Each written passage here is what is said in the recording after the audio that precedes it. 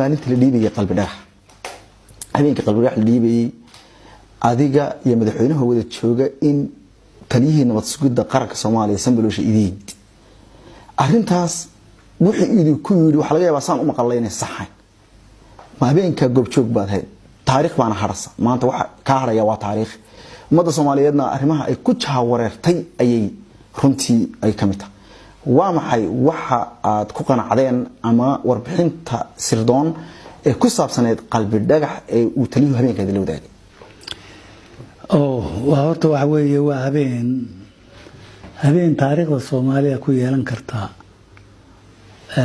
nuqdo madow aniga waxaan maqlay maalinnimadii ayaan maqlay nin baa laga keenay galkaayo area dhulka oo la keenay xamar oo loo dhoofin la rabo in loo dhiibo Ethiopia ninka askari Soomaaliyeed buu ahaa sargaal buu ahaa dagaalkii 77 ragii galay buu ahaa marka aniga iyo Maxamed Cabdi Yuusuf iyo nin Cabdirazaq Jibriil leeyda ayaa u nimid madaxweynaha waxaan niri warkaasaan maqalay ninkaas oo loo dhiiba Ethiopia waxa weeye dambiga ugu weyn ee dawladdeenu galayso waxaan kaaga digaynaa baan niri waayahay buu waa ka tagay 4 saac oo habeenimo ayuu ii yeeray madaxweynuhu yani kolkay tahay 10 fiidkii ayuu madaxweynuhu ii yeeray kolkuu ii yeeray inuu tagay telefoon buu diray wuxuu yiri Cabdi Xaashi yaa ila jooga noo kaale uu yimid wuxuu yiri u sheeg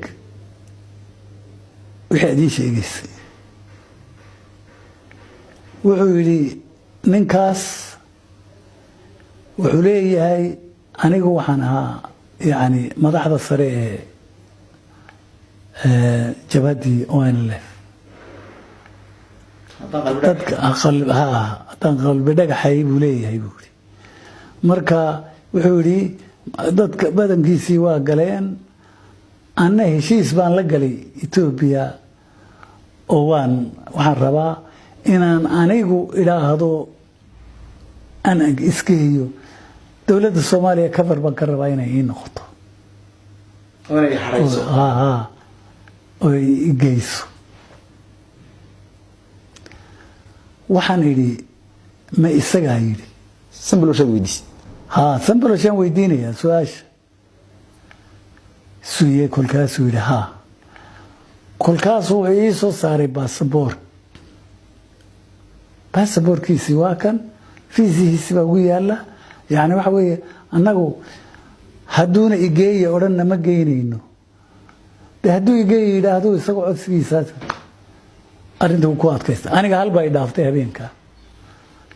ninka ii keeninaan idhaahdo keen umba isagtay intaas ay habeenka marka hadii waxa aroortiina wala dhoofiyay intaasaan anu kahay dib ma isku aragteen Sanbalosha maya martaba kulandan maya waligay yaalay dib uma arag maalinta ku gudumaysi waaye aad iyo aad baasatay gudoomiye dad badan marka madaxweynaha halka wada joogteen uu ninka society ku waramayay madaxweynuhu marka waa maxay wuxuu doonay inuu cadeeyo waxa laamaha amnigu u sheegeen ninkaas ku saabsan inuu maartay madaxda madaxda sidaasaan u qaatay horta kolkuu ii sheegay lees ninkanina uu ku cadcadaa arrintu sheegay warkiisa uu ku cadcadaa